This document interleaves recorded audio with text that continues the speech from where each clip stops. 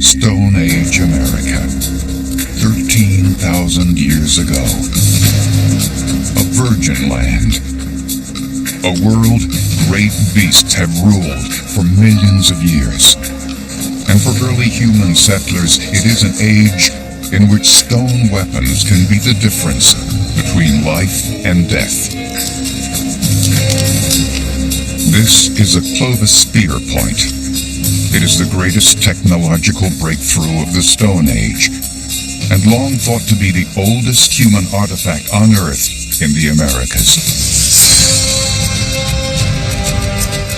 For years, these Stone Age weapons of mass destruction were thought to represent a culture of prehistoric big game hunters who came over a land bridge from Asia to become the first Americans. But new clues are forcing scientists to rewrite an epic story that until now had been considered the gospel. Can these magnificent Clovis spear points, over 13,000 years old, help solve one of the greatest riddles of North American archaeology? Who were the first Americans, and where did they come from? America's Stone Age Explorers, up next on Nova.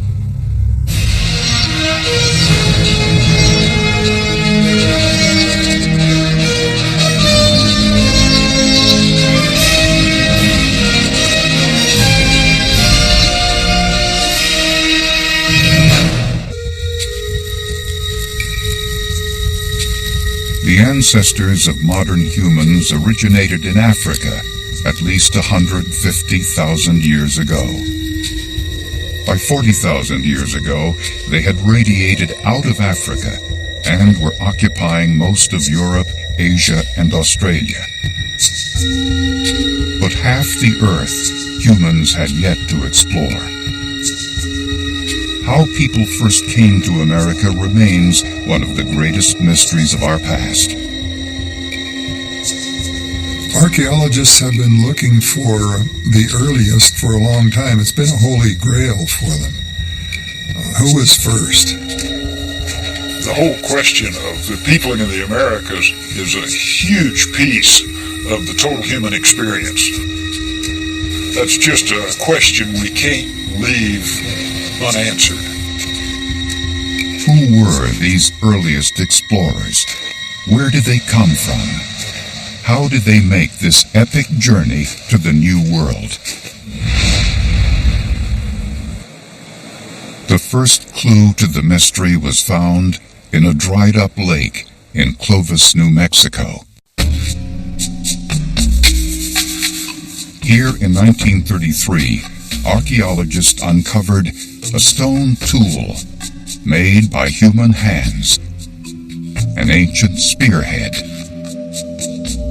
It became known as the Clovis Point.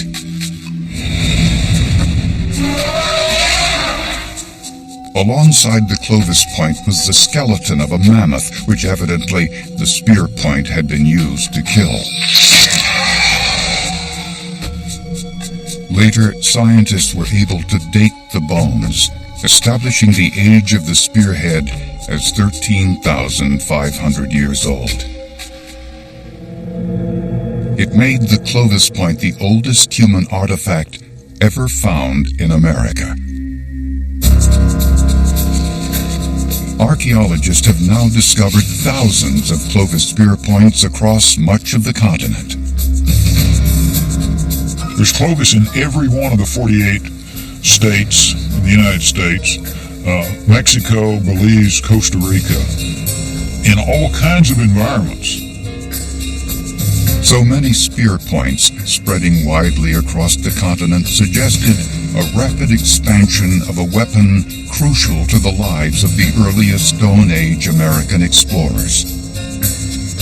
The Clovis Point was the fundamental basis for survival in Ice Age America. Clovis points arguably represent the state of the art in hunting weapons on Earth at the time. and are probably capable of taking down just about any animal on the late Pleistocene landscape. In an age defined by its most valuable resource, stone, the Clovis Spear Point represented a great technological breakthrough, transforming rock into a killing machine. It's a very distinctive type of artifact. As you can see here, it has a flake that's been taken out of the base. And there's also a flake on the other side removed from the base. And these are called flutes. And beyond that, the projectile point is flaked on both sides. You see it's worked here, and it's worked on this side, which is what we call bifacial. The bifacial design transforms a rough stone into a projectile with a serrated sharp edge. The fluting, some archaeologists speculate, allows Clovis hunters to rapidly load and reload the deadly blades onto spear shafts. And when you throw this at an animal, this goes in and sticks in the animal, and this comes back out so you can put a new one on it and start hunting again. There have been some experiments carried out by archaeologists using replicas of Clovis points and other stone tools in which they were used to penetrate the hides of modern elephants which had already deceased. And it's found in all these cases that they actually are very efficient weapons and could potentially kill mammoth, where you get them into the soft, vulnerable underbelly and then quickly back away. Testimony to the deadliness of the Clovis Spear Point is that in a dozen cases they were discovered in the remains of butchered mammoths. This led scientists to connect the spear point to a catastrophe that befell these Stone Age giants. For around 13,500 years ago, all the megafauna in the Americas went extinct. The mammoths, the giant armadillo, the giant sloth, the short-faced bear, all disappeared within a few hundred years.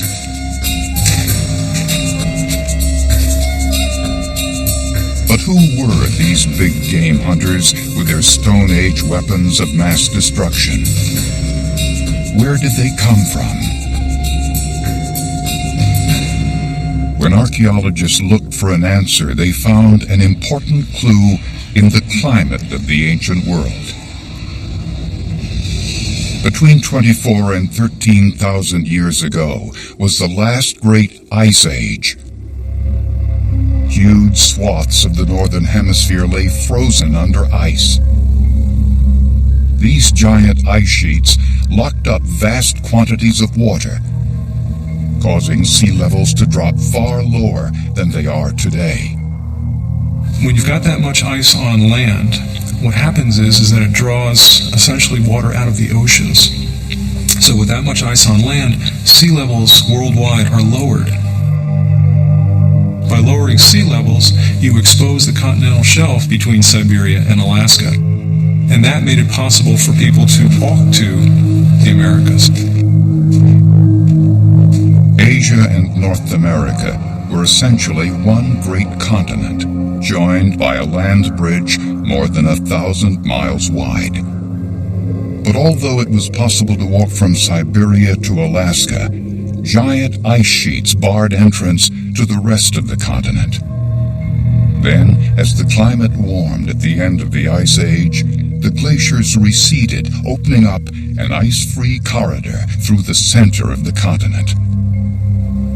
For the first time, it seemed, the door was open to the virgin landscape of the New World. As that corridor opens up, that's just about the time when Clovis appears in the lower 48. So it all seemed to work out very, very beautifully in terms of the timing of getting these New World peoples from Asia into the Americas. The timing of the land bridge, the ice-free corridor, and the Clovis stakes all seemed to fit together in a simple, elegant theory. 13,500 years ago, Clovis people big game hunters from Asia, armed with their lethal Clovis spear point, walked across the land bridge to the Americas, followed the ice-free corridor down into the lower continent, and spread across the land, killing all the great beasts. As Ice Age glaciers melted, the seas rose, submerging the land bridge. The descendants of the Clovis people, the Native Americans, remained isolated until their first contact with Columbus. The theory became known as Clovis First. It was written into the textbooks and taught for the better part of a century. The Clovis spear point became the icon of the first Americans. Clovis First was such a powerful story that for years few archaeologists looked back beyond 13,500 years ago. But then, a few did.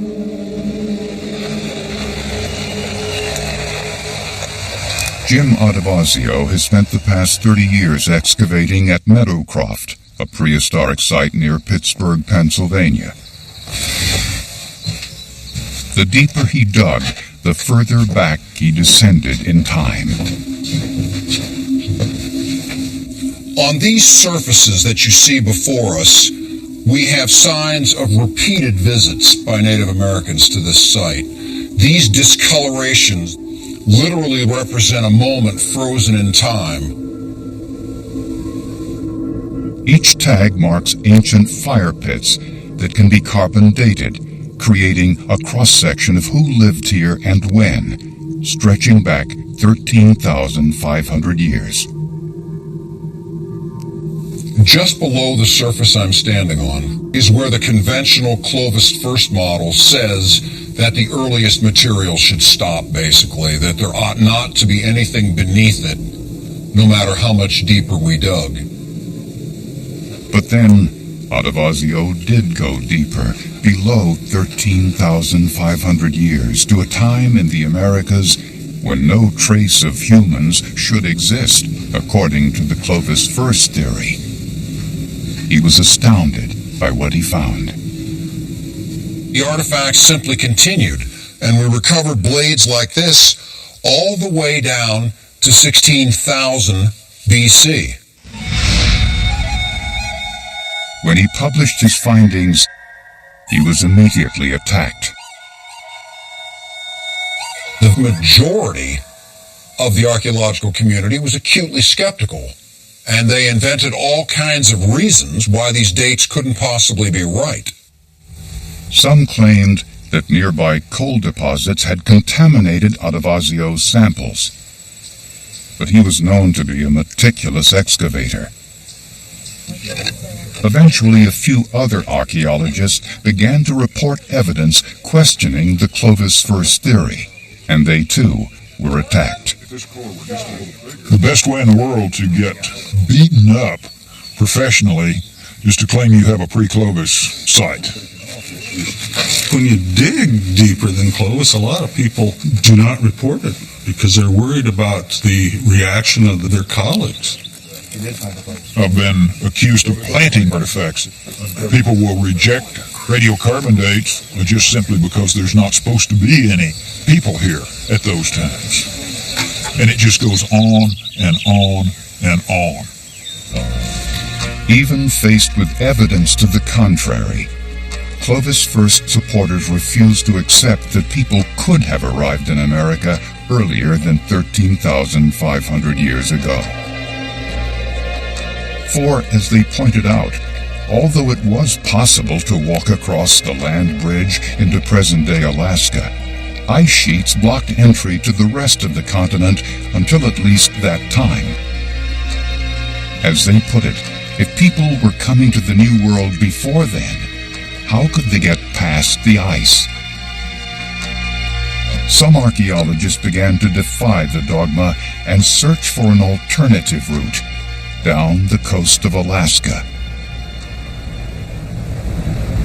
Well, when I was a student, we learned that the entire northwest coast of North America was covered by glacial ice all the way out to the continental shelf. So really there was no opportunity for plants or animals, or much less humans, to exist along that coastline during the last ice age.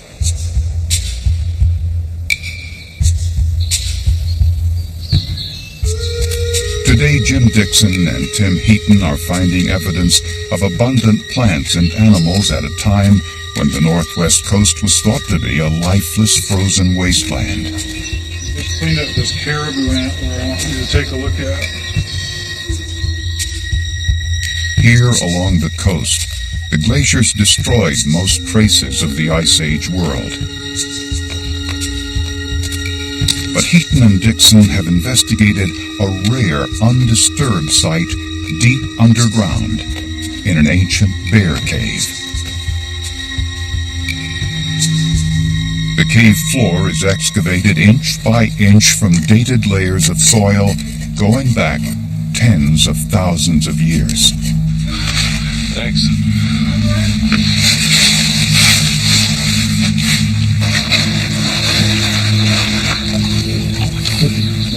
I think it's a bone fragment. This excavation has uncovered a record of caribou, fox, and bear bones dating back 50,000 years. What this suggests is that bears survived the entire last period of glaciation, and if bears could have survived here, it's certainly clear that humans could have also.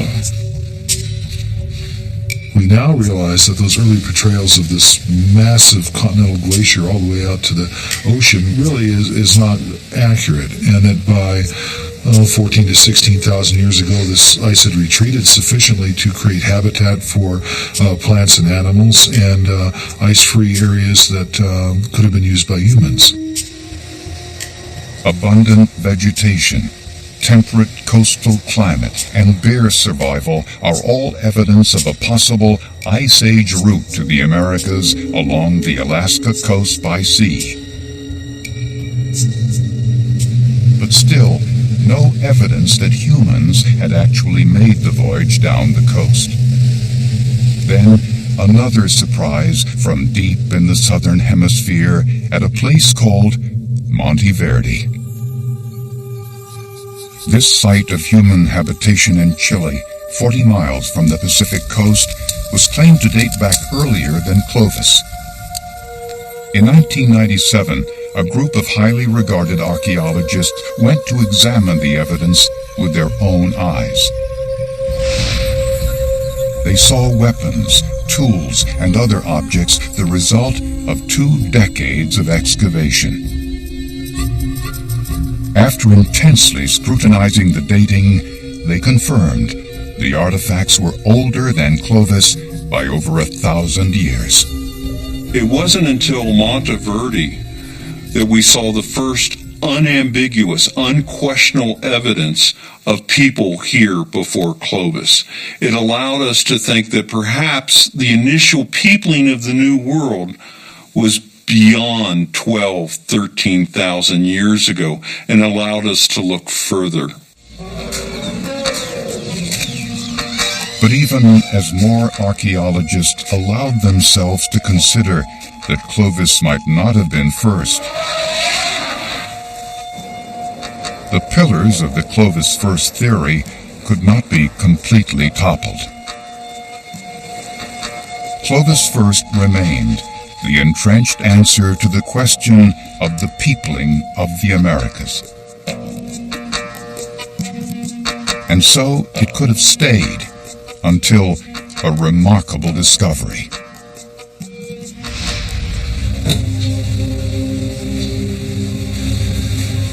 Doug Wallace takes a different approach to the mystery of the first Americans.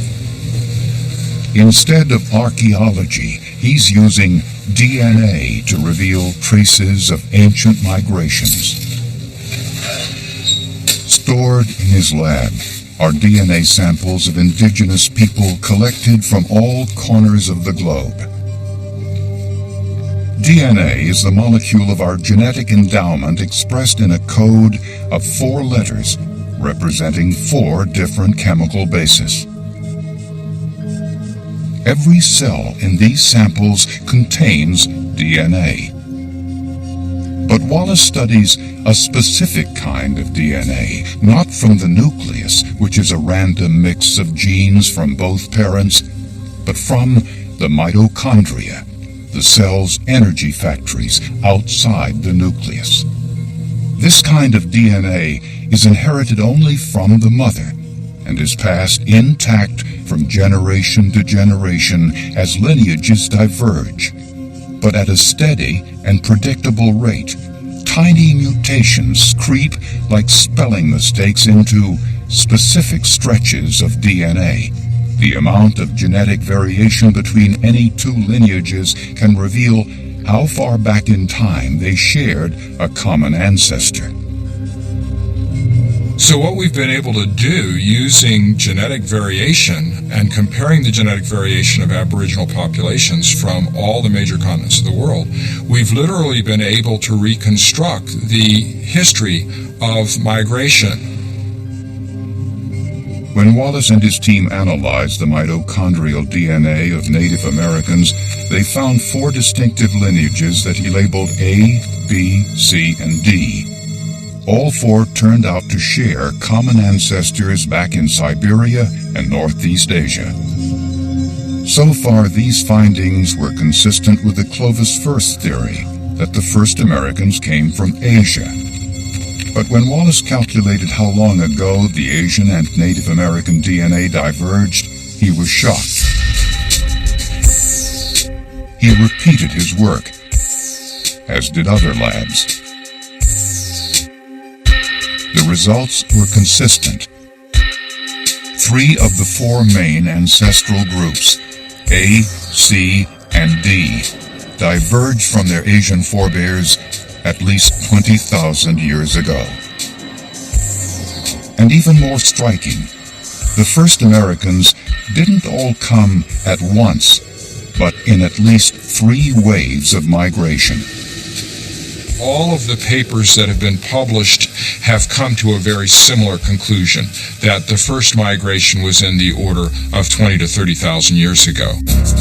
The DNA results made the Clovis First theory even more unlikely. Together with the evidence from Monteverdi, Meadowcroft, and other sites, it now seemed as if Clovis people could not be the first Americans. The Pacific Coast Route offered a possible alternative to the Bering Land Bridge and the ice-free corridor. And the DNA suggested that humans had been coming to America in waves and far earlier than ever imagined. Only one last pillar of the epic Clovis First theory was still standing. The artifact that inspired the theory, the icon of Stone Age America, the Clovis Spear Point itself. Where did it come from?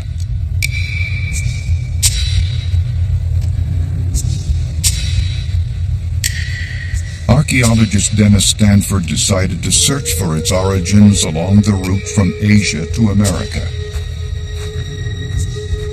But as he worked back from Alaska to Siberia, the trail went cold. The weapons and tools he found in Asia were quite different. After looking at the collections, we were disappointed that we didn't find what we thought we would find. And I was surprised to find that the technologies were so much different. The Clovis Spear Point is a single stone, bifacial, or shaped on both sides, with a flute or groove at its base. The spear points in Asia are made from lots of small razor-like flints called microblades embedded in a bone handle. Microblade technology is making a projectile point or a knife blade out of bone and then cutting a slot in it and then putting the microblades in the slot. Now, that's a totally different philosophy entirely than using the bifacial projectile point, as you can see here. It's just a total different mindset. Now there was a real puzzle. The DNA says the earliest Americans are from Asia, yet the Clovis Point is nowhere to be found in Asia. was a puzzle not only for Stanford, but also his colleague Bruce Bradley.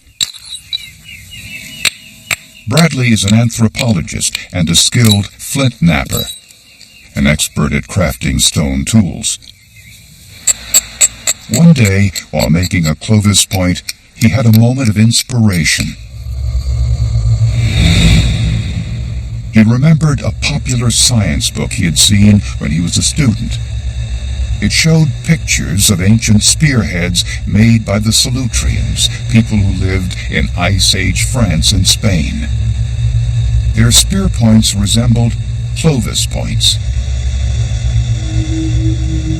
It seemed unbelievable, but Stanford and Bradley posed the question, could the Clovis point and some of the earliest Americans be from Europe?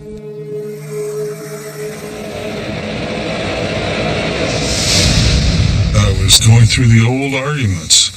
Yeah, well, Solutreans 5,000 years older than Clovis, and you got the Atlantic Ocean out there, so I wasn't convinced that we really ought to push forward on it. I remember it a little bit differently. You say, are you out of your mind? Despite the unlikelihood of the connection, Stanford and Bradley decided to pursue the idea.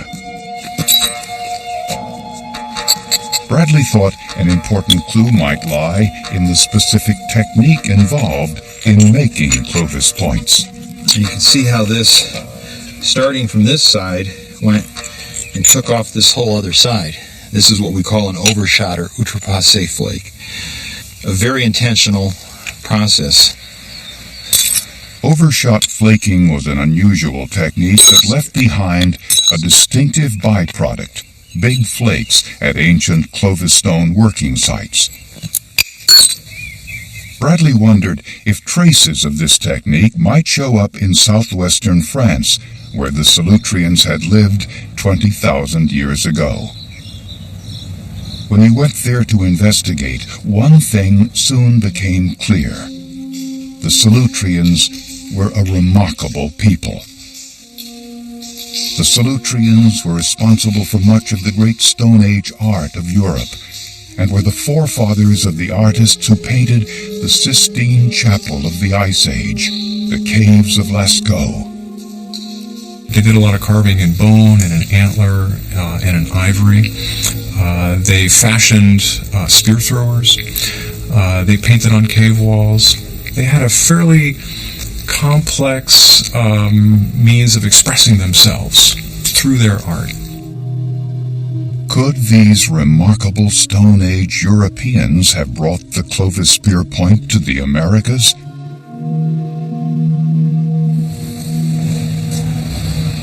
Bradley's research took him to the local museum in the town of Les Aisies, France. What he saw were hundreds of what looked very much like Clovis points.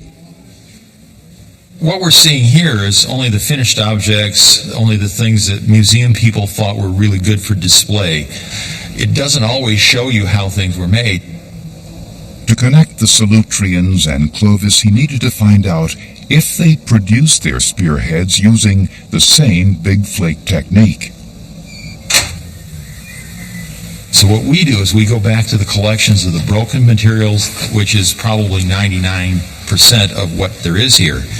And in that, we're seeing the various ways that the Solutrean were making the things, not just the finished objects. And so it's the pieces that are hidden away that are going to tell us the most. And there, in the drawers, were big flakes, a clear sign that the Solutreans had made their spearheads in an identical technique to that of Clovis. This is a good example here that shows a kind of flaking that where the flake is struck from one side and went across the surface, removed some of the other side. And these pieces show it over and over and over again. I mean, just about any piece you pick up shows this very special technique. I just knew there had to be some kind of a connection. Clovis and Solutrean spear points not only look alike, they are made the same unusual way. To Stanford and Bradley, this was a powerful clue that prehistoric explorers had come from Europe and brought with them the technology that transformed Stone Age America, the Clovis Spear Point. It was an outrageous idea with a few big problems. The Solutreans' culture ended in Europe around 18,000 years ago, and the Clovis Point would not arrive in America for another 5,000 years. If the Solutreans brought the Clovis Point to America, where had they been? Stanford and Bradley needed to find some artifact in the Americas to bridge the time gap. They scoured Clovis sites across the continent, places where other archaeologists had been digging for years. Then, from a site called Cactus Hill in Virginia, a possibility. A point that resembled the Solutrean style, and it dated far earlier than the Clovis. Here we have a projectile point from a feature that dates right at 15,900 years or 16,000 years ago, which is clearly right in the middle between Clovis and Solutrean. And what's really exciting about it is that the technology here is very similar to Solutrean. In fact, it's closer to Solutrean than Clovis, but you can see that it's in a progression between Solutrean and Clovis. So you have Solutrean, Cactus Hill, and Clovis. For Stanford and Bradley, the Cactus Hill Point bridged the 5,000-year gap, connecting Solutreans in France and Clovis in America. But their fledgling theory now confronted another massive problem almost 3,000 miles wide: the Atlantic Ocean. At the time of the Solutreans, ice sheets stretched down as far as southern France, where winter temperatures were 50 degrees colder than today. Unlike the more temperate Pacific coast, the Atlantic would at times have been thick with icebergs and blizzards. There are 5,000 kilometers of open North Atlantic ice age conditions to be crossed. There are icebergs floating around in the Bay of Biscay, and it's a polar desert. Could the Solutreans, a Stone Age people, have made such a voyage?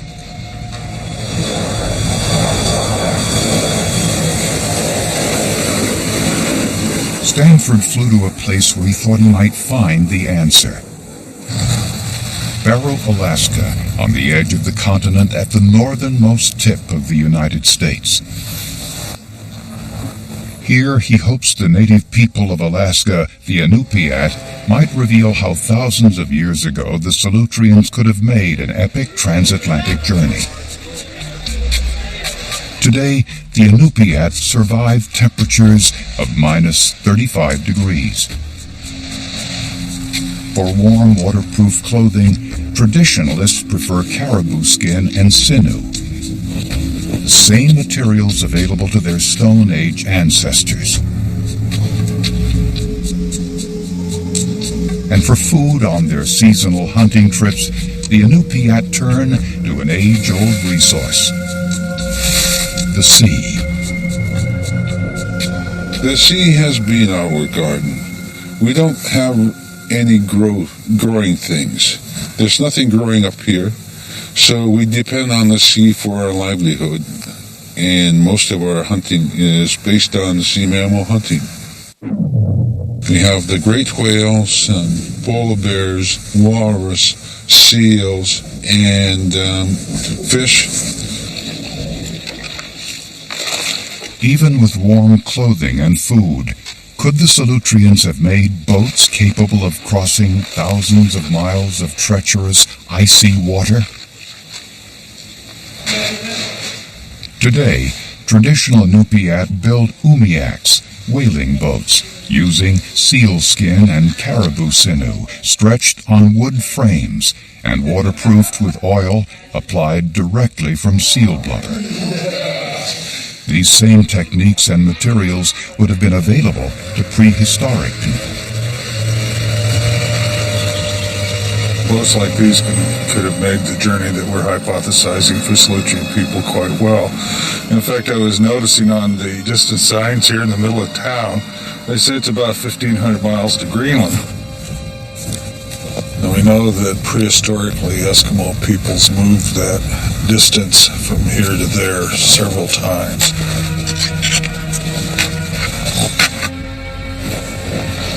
In Arctic seas filled with pack ice, conditions similar to the Ice Age Atlantic, the boats passed the test as the Inupiat paddled from ice floe to ice floe. Well, it certainly is exactly the way I think the Solutrean guys were dealing with the ice edge, because you can get in and off of the ice real rapidly, and if the weather gets a little nasty, then you just pull up off out of the water and onto the ice.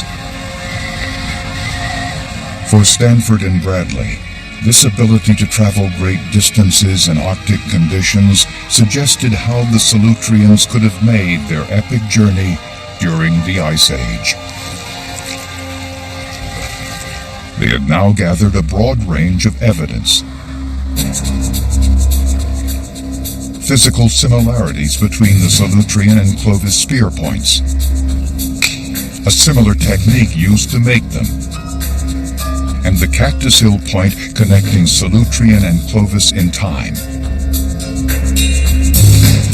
All added up to a radical and provocative theory that the Solutreans invented the Clovis Point technology, and Ice Age Europeans were amongst America's earliest explorers.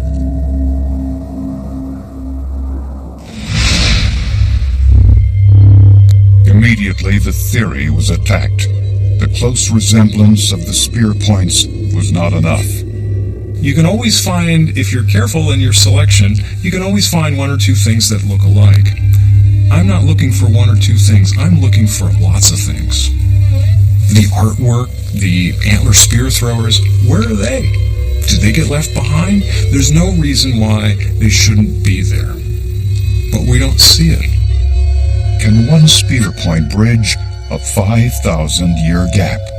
Although Cactus Hill, its radiocarbon date and artifact have been used to bridge the gap between the Solutrean and Clovis, in reality, it will take a lot of sites, a lot of radiocarbon dates, and a large assemblage of artifacts to make that connection. And although the Solutreans may have been capable of making a cross-Atlantic journey, there's little archaeological evidence that they did. There is absolutely no evidence of deep-sea fishing. There's absolutely no evidence, for that matter, of boats. But Stanford argues that crucial evidence is missing, submerged under 300 feet of water, as rising sea levels inundated the Solutrean coastline at the end of the Ice Age. The debate raged on, with arguments for and against the Solutrean theory. Then came evidence that again seemed like it might end the battle. DNA.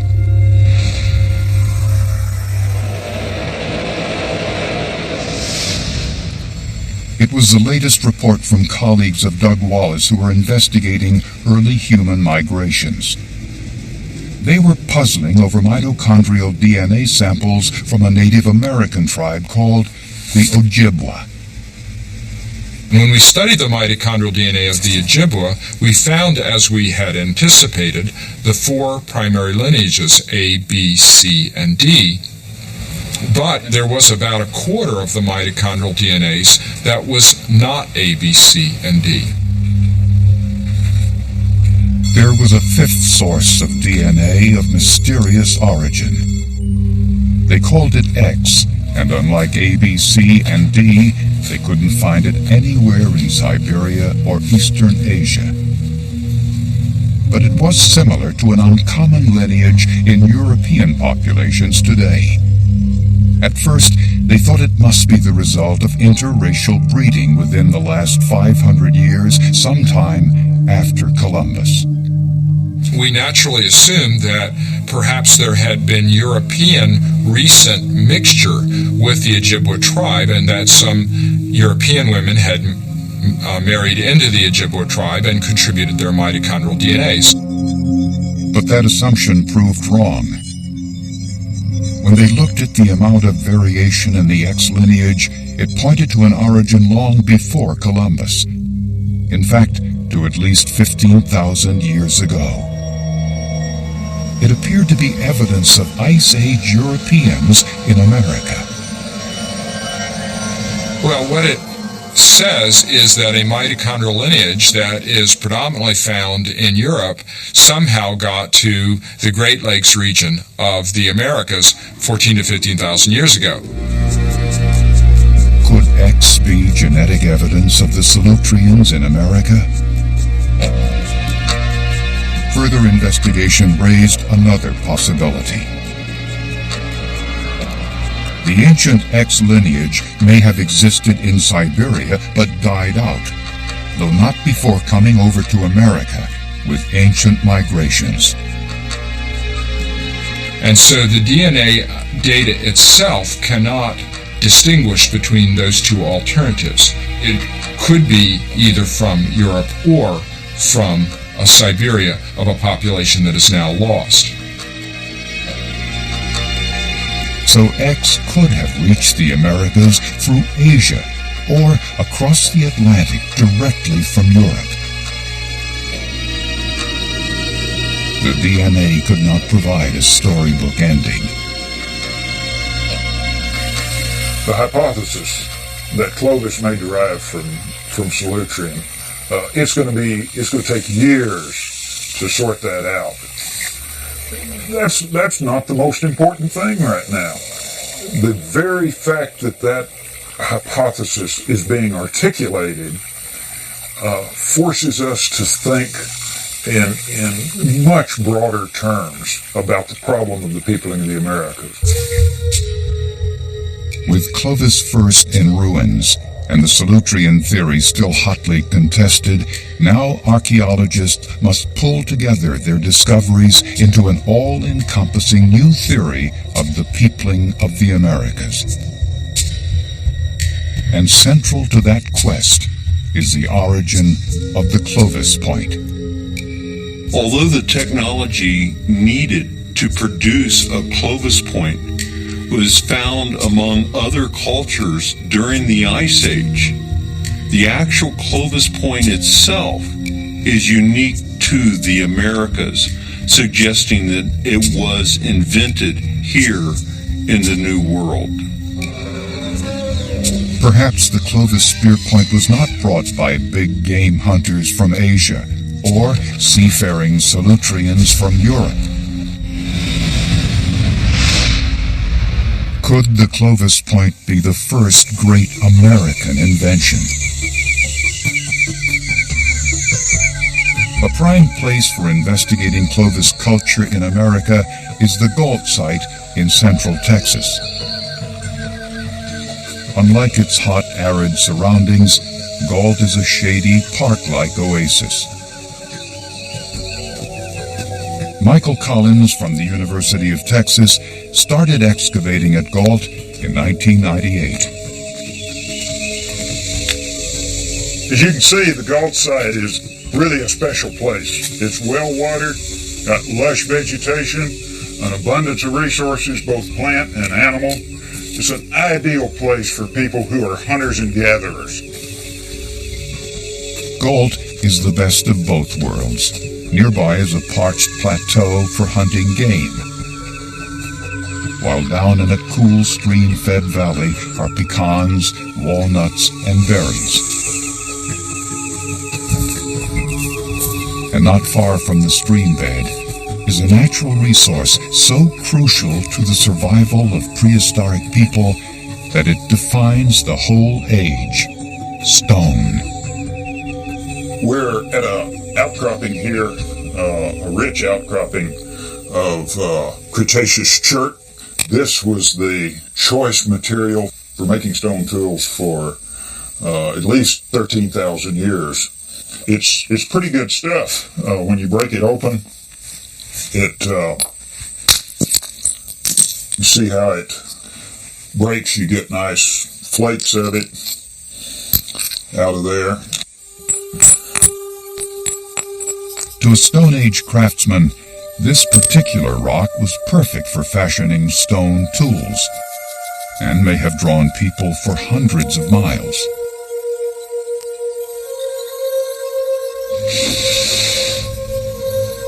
To date, nearly 500,000 Clovis artifacts have been found at Gault.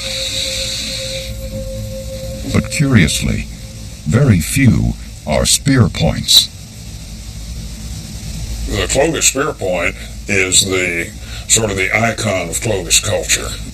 But what we see at the Gault site is we only have about 30 projectile points, mostly broken and worn out and discarded Clovis points in comparison to the several thousand other tools. What can explain the lack of spear points at one of Stone Age America's premier stone quarries?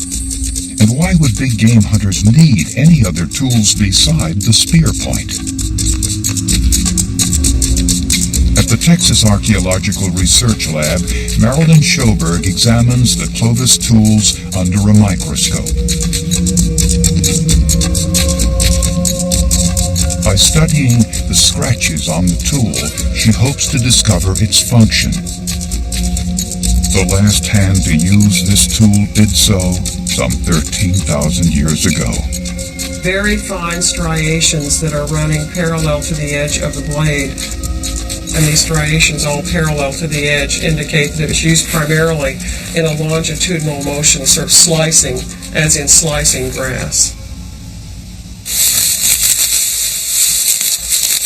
To test her idea, Collins and his colleagues created replica tools made from the same Gault stone and used them at the site. In cutting just this little bit of grass here, I've already developed a bright sheen right along the edge. And under the microscope, that'll be a very bright polish built up on that edge, and it'll have striations in it going this way because of my cutting motion. Under the microscope, the replica tool has the same sheen and pattern as the Clovis tool. Perhaps Clovis people were cutting grass or reeds for baskets, bedding, or thatched roofs for shelter. Schoberg examines other types of tools found at the site. Deep, troughed grooves, characteristic of contact with bone. A spear point used for hunting. All along the edge of this artifact, there's polish that's characteristic of contact with a soft material, like meat. A knife used for slicing food. This is the hide punch.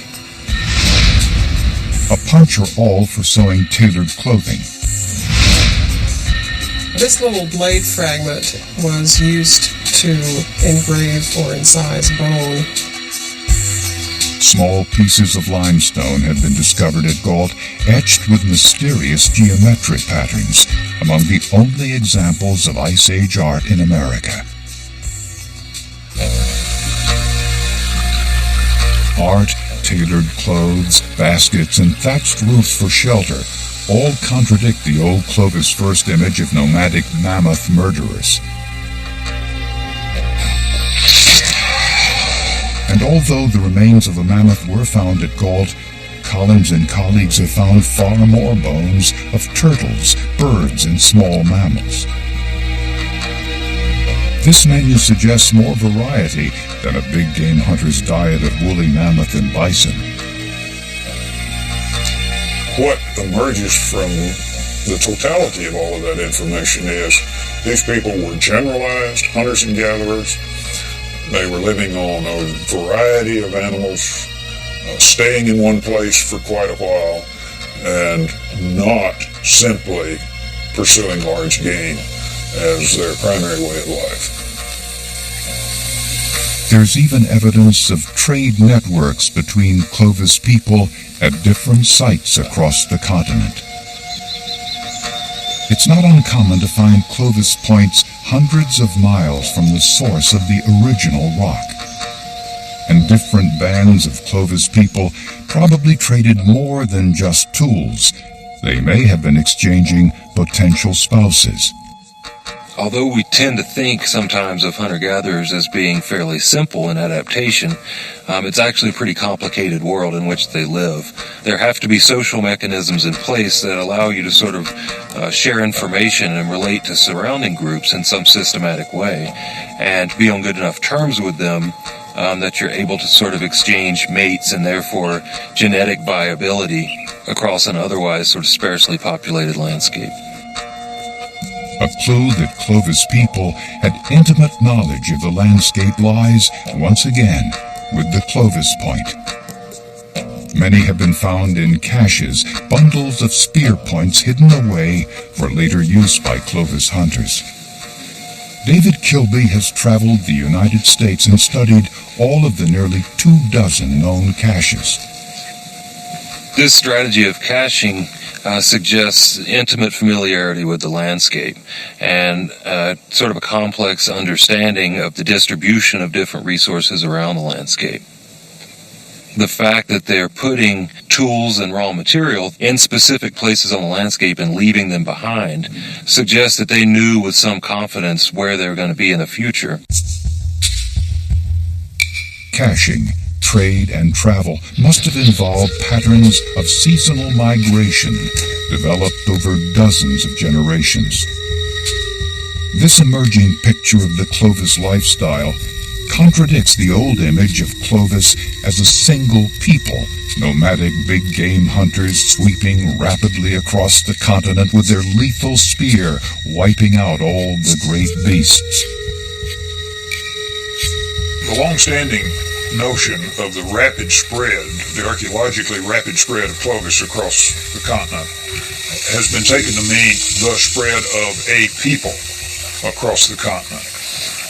An alternative to that might be that the spread of Clovis is actually the expansion of a technology across existing populations, a little bit analogous to the fact you can go anywhere in the world and find people driving John Deere tractors. Technology can spread across different languages, different cultures quite readily. Perhaps this is the birth of an intriguing new theory for the peopling of America. The first Stone Age explorers arrive on this continent more than 20,000 years ago, much earlier than scientists ever imagined. They come from Asia and maybe even Europe, by land and by sea. Tenuously at first, these different groups spread across the virgin land, and over thousands of years, they develop an intimate knowledge of the New World. Around 13,500 years ago, a stone weapon is invented so powerful, so crucial to survival, that it spread swiftly across all the people of the Americas. With this new technology, they take root, proliferate, and prosper.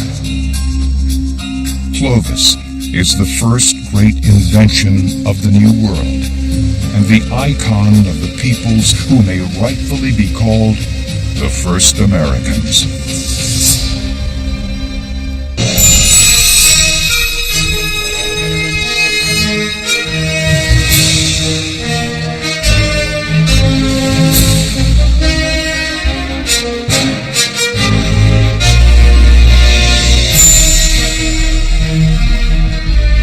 Educators and other educational institutions can order this or other NOVA programs for $19.95 plus shipping and handling. Call WGBH Boston Video at 1-800-255-9424.